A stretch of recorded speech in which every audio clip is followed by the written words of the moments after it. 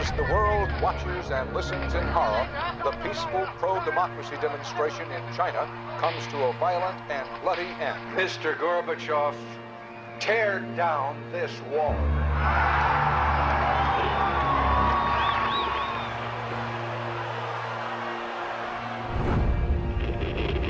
Wolves hiding nearby, whispering do or die around me.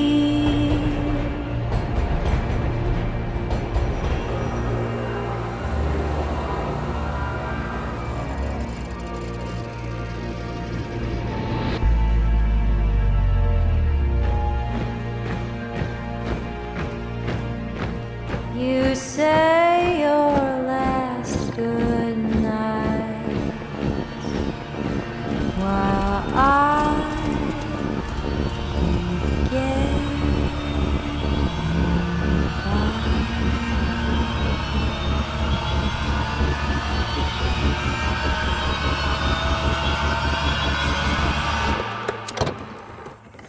There is another very important phase of warfare.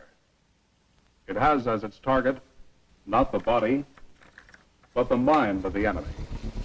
The target of psychological warfare is against the enemy's mind. It is words and ideas. The ammunition used by Psywar.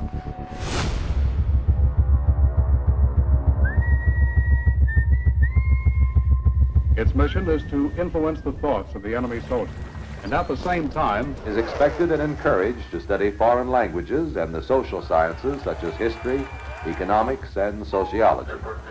He must have a broad and sympathetic understanding of all phases of human experience.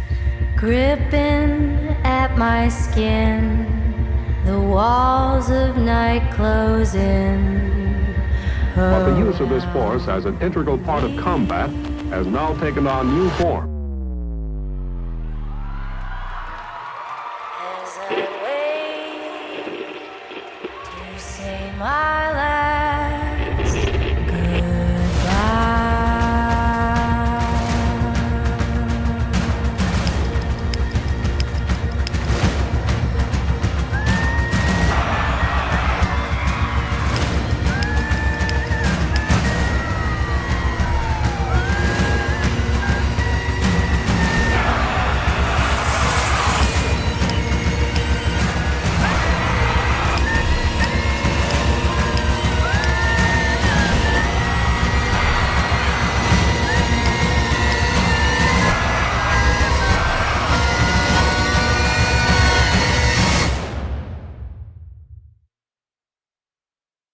These are the Psywar soldiers.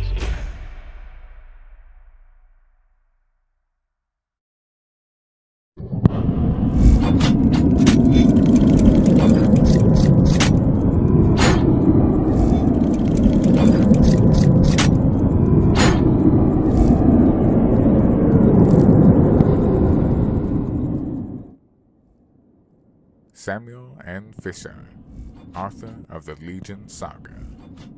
After a top-secret, multinational military experiment goes horribly wrong in the deserted city of Pripyat in 1992, it uncovers a nightmarish 25,000-year-old plot that could spell the end of humanity. Who knows?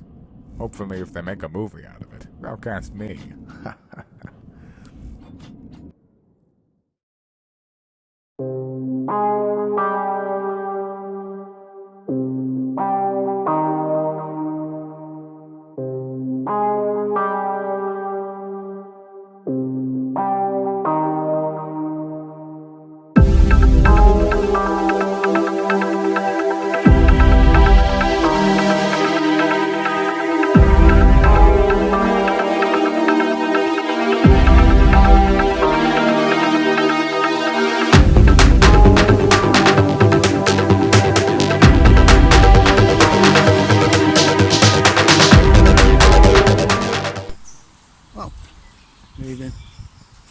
Afternoon, dog population, some Fisher here.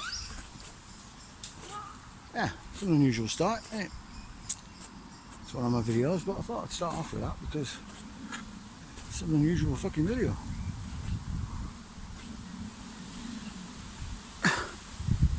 technically, you could look at it as a kind of admission of guilt. The US Army trying to recruit people to the psychological wing. Basically telling you how the game is played, what they do, how they do it, why they do it.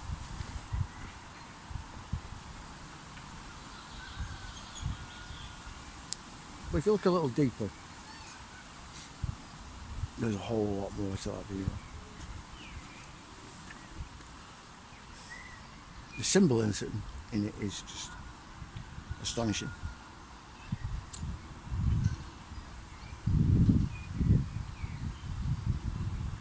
Even with that first image of the clown, the Pyro clown, we'll just concentrate on that just as an example of the symbolism that's in this video. How deep that could go. Pyro clown is the crying clown. It's a clown that's often used by mimes, by French mimes, mime artists. I mean, clowns in and of themselves are deceptive, but the mimes are especially strange kind of deceptive. They sort of shadow you, copy you, lull you into a false sense of security by their craziness and the mimicry of whoever they are, you know, whoever they're with. Then all of a sudden they spring into something seemingly impossible, like fighting against an invisible wind, you know, on a calm day, or being trapped in an invisible box, or sitting on a chair that's not there. You know, they're really sort of normal things that people do. Yeah.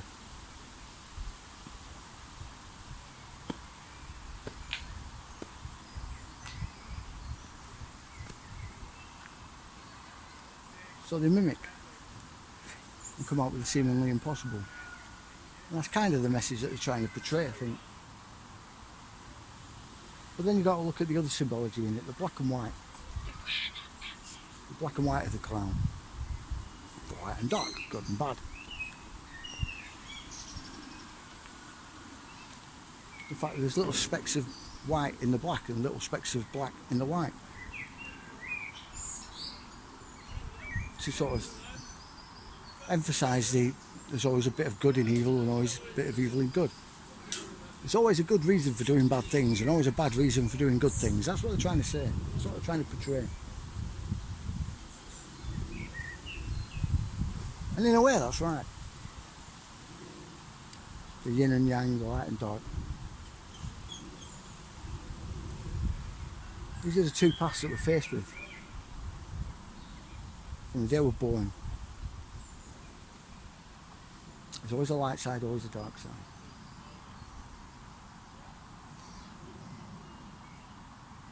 But what if I were to tell you that both sides, both the light and dark, are just part of the same game, part of the same goal,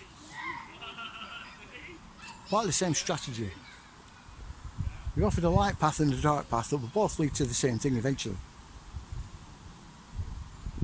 Because that light, believe it or not, is a false light.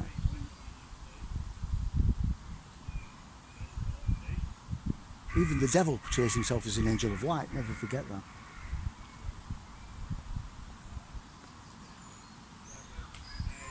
And we have the same throughout our lives. Light and dark, good and bad, good versus evil, great reset versus great awakening.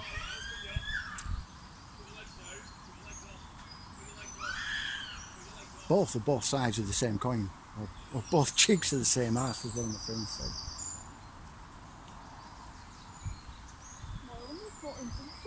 We are offered this light path, and although it looks beneficial, although it seems good, although it seems like the light, it's not.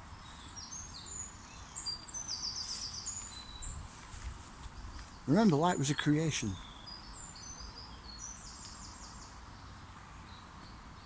God said, let there be light. He was a light bringer. Who brought the light? Who is the light? It's false. False light, as it is. You look at the etymology of the word Lucifer, the Latin word, the Latin meaning of it. He's light bringer. He's the morning star, the sun. Commonly sort of mixed in with Venus, but that's not entirely right. The original name of the sun was Chemosh. Chemosh is one of the 7 names of Satan in the Satanic Bible, along with Samael and Beelzebub and all the other ones. But Chemosh was the old name for the sun, old name for the devil. Even back then, back in the times of Jesus and everything else, so he knew that light was the false light. And since those times, it's been twisted. It's what we're fed. You see, in every major religion, from the Bible to the Quran to the Torah, all of them are directing you towards that false light. I've said this before. Yahweh was a dragon. You're looking for the old serpent. You're looking for that old serpent that gets cast from heaven in the book of Revelations. You need look no further than Yahweh. Yahweh was a dragon. It's said implicitly in the Bible who he is.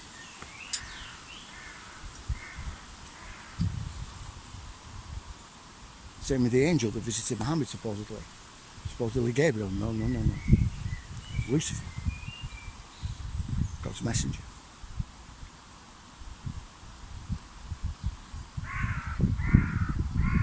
See, none of what we're told in our religions and our daily lives is true. Everything, I mean everything is a lie. It's a hard thing for people to grip onto and get their heads around. It's hard for me to get my head around.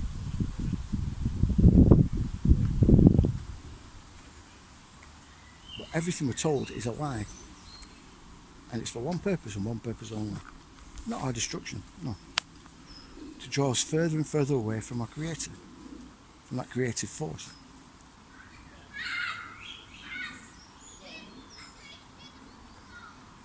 There's an old adage, an old saying. The greatest trick the devil ever pulled was convincing the world it didn't exist. And that never has run true. Run more true, should I say, than today. But I think it's slightly wrong. I think the greatest trick the devil ever pulled was convincing the world that he was God. And that God doesn't exist. Anyway. Thanks for watching. Like, share, subscribe. Whatever. I'll see you later.